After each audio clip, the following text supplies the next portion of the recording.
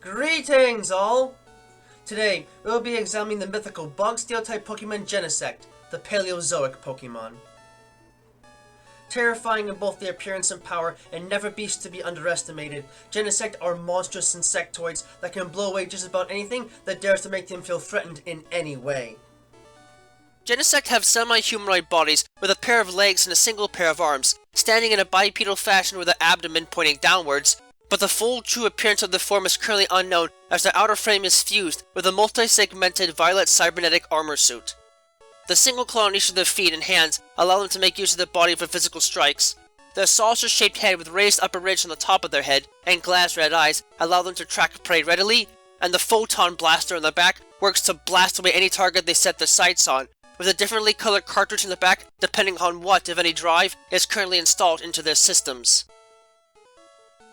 The story of the creation of Genesect is both sad and relatively brutal, in turn demonstrating just how far some humans are willing to go in order to prove their importance in the world.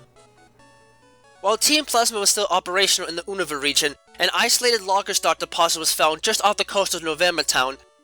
While the deposit contained a considerable number of soft-bodied organisms, all of which were Devonian in age, the greatest discovery within the formation was the remains of several large insect-like creatures unlike anything that had ever been recorded.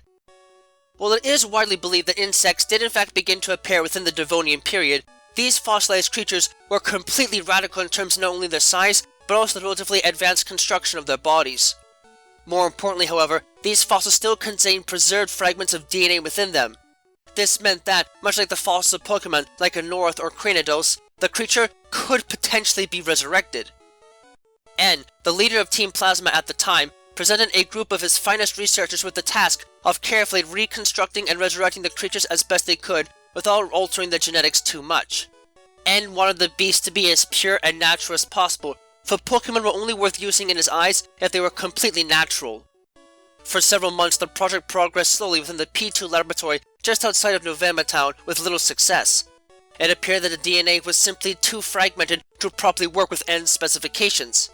Eventually, all but one researcher, a scientist only known as Dudley, had given up on the project and deemed it to be a failure. But Dudley refused to give up. The only thing that mattered to him anymore was creating the most powerful Pokemon ever for the glory of N and Team Plasma. In time, his efforts were finally rewarded when he managed to generate a copy of the fossilized organism that, in terms of form and function, was practically identical to its fossilized ancestor. Thus, Genesect was born. However, it was certainly not the Genesect that most scientists today are familiar with. The original Genesect, according to Dudley's reports, resembled modern ants in terms of body structure, but were gifted bipedalists, using their rear legs and front legs in a fashion quite similar to how modern humans do. Their primary means of offense and defense boiled down to three simple factors: quick movement speeds, razor-sharp claws, and a horrendous screeching noise capable of causing internal injuries within small creatures. When tested against the likes of modern creatures, the fossilized insects proved to be absolutely devastating predators. In fact, Dudley himself stated, "Never before have I ever seen such a creature tear another asunder so violently and tactfully." It is now apparent to paleontologists that Genesect was likely an apex predator of their day, but were eventually wiped out once the climate began shifting to otherwise unfavorable conditions. More importantly, Dudley noticed that the beasts were relatively fragile and not the greatest at receiving damage, and he sought to correct this issue post-haste. After replicating the first specimen several times over to make a small squadron suitable for full-scale assaults, Dudley did what would eventually lead to the end of his career. He encased the Genesect in full-body cybernetic suits of armor. While integrating many cybernetic components into the living tissue of a single creature is generally difficult because of the wiring of the brain and nervous system, Dudley lucked out in that Genesect possessed nervous systems that were easily altered and modified through the implantation of small microchips, effectively making them the perfect candidates for cybernetic enhancement. While it took him a while to work the kinks out, Dudley eventually managed to convert the beasts into fully functioning organisms that could think and act on their own while still remaining obedient to their owners, and even speak English for the sake of easier communication between themselves and humans. By using a light titanium alloy construct for the enhancements, Dudley was able to effectively triple the amount of trauma Genesect could take before experiencing real pain, and double the amount of physical damage they can do without costing much at all in terms of movement speed. Proud of his achievement, Dudley promptly called N to tell him the project was finished. When N arrived at the facility, however, he was disappointed that Dudley had decided to unnaturally augment the beasts, which went against his initial wishes. With no desire to ever use a Pokemon that had been completely and utterly altered by artificial means, N promptly cancelled the project, shut down the P2 laboratory, and fired Dudley. While he had been fired and his project cancelled, Dudley was determined to do whatever it took to make N proud of him, even if it meant taking every bit of natural life out of the horrific monsters he had created. In fury, Dudley made one final adjustment to his creations, one that was both extremely unwise and beyond dangerous. He stole the design plans for a portable photon blaster from a rival researcher and installed one on the back of every single Genesect. The photon blaster is normally designed for military purposes only, and is capable of focusing and firing not only light energy, but several other types of elemental energy in the form of a destructive burst.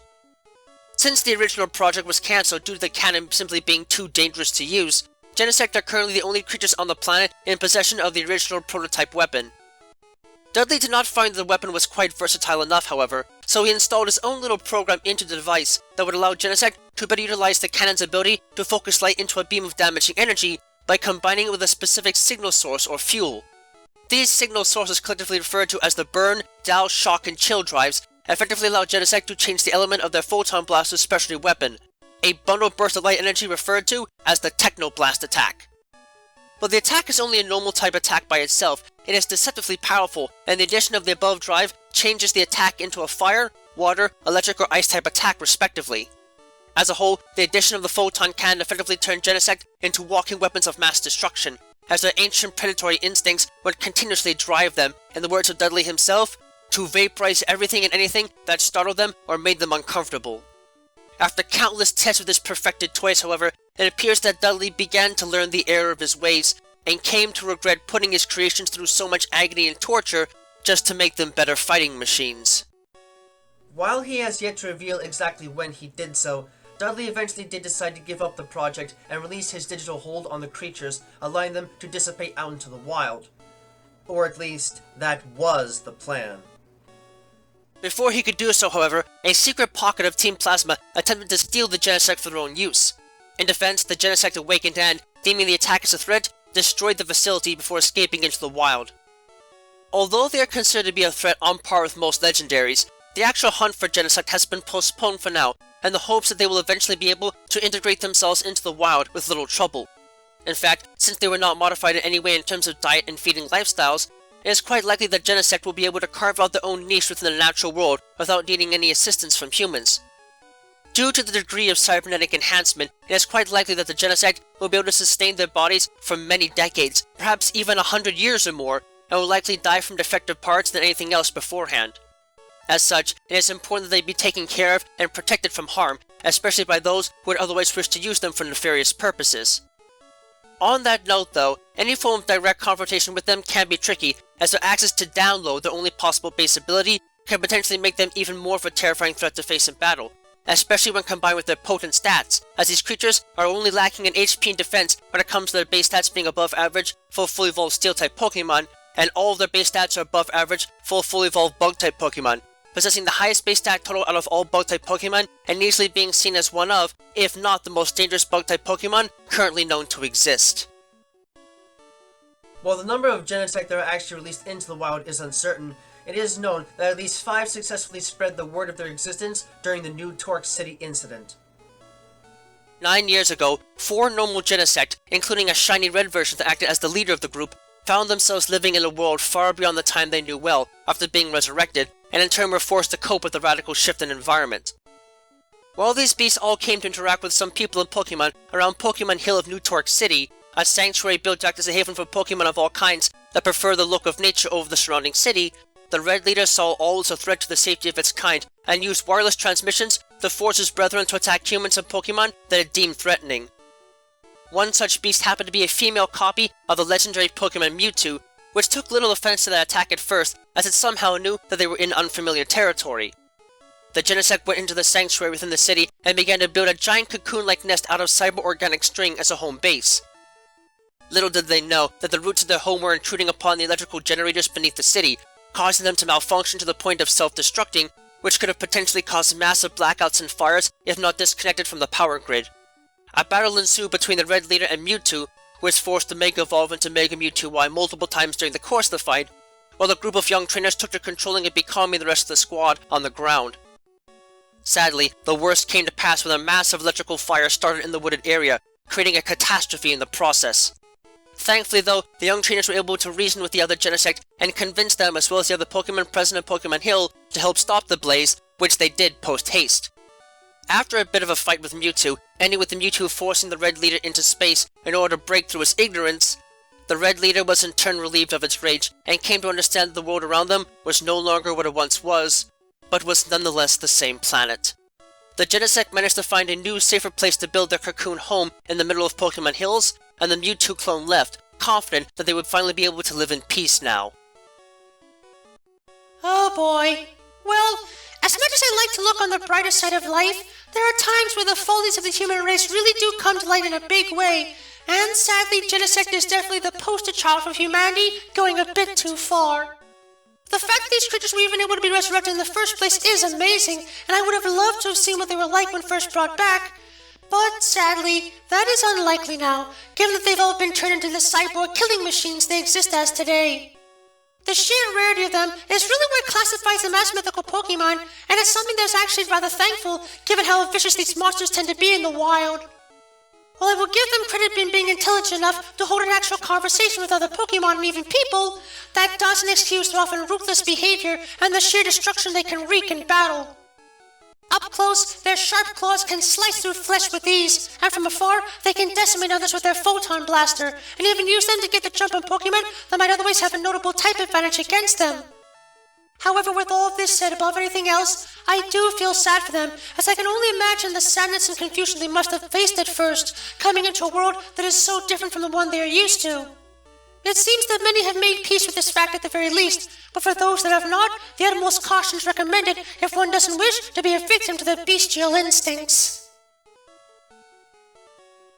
With high-tech weaponry, armor and intelligence on their side, and the vicious temperament of a wild beast behind it all, Genesect are incredibly potent and versatile creatures that can more than decimate anything that isn't heavily armored against their assaults.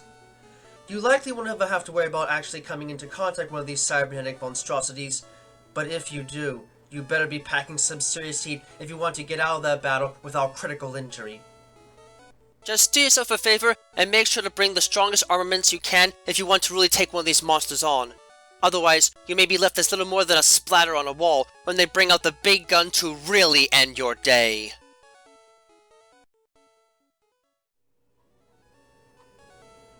Thank you for watching this video. It brings me great joy to be able to speak to you all in the world each and every time we meet like this, to explore the many different facets of both the world of Pokemon as we know it, and the world as we live it, through every adventure we have with Pokemon by our side.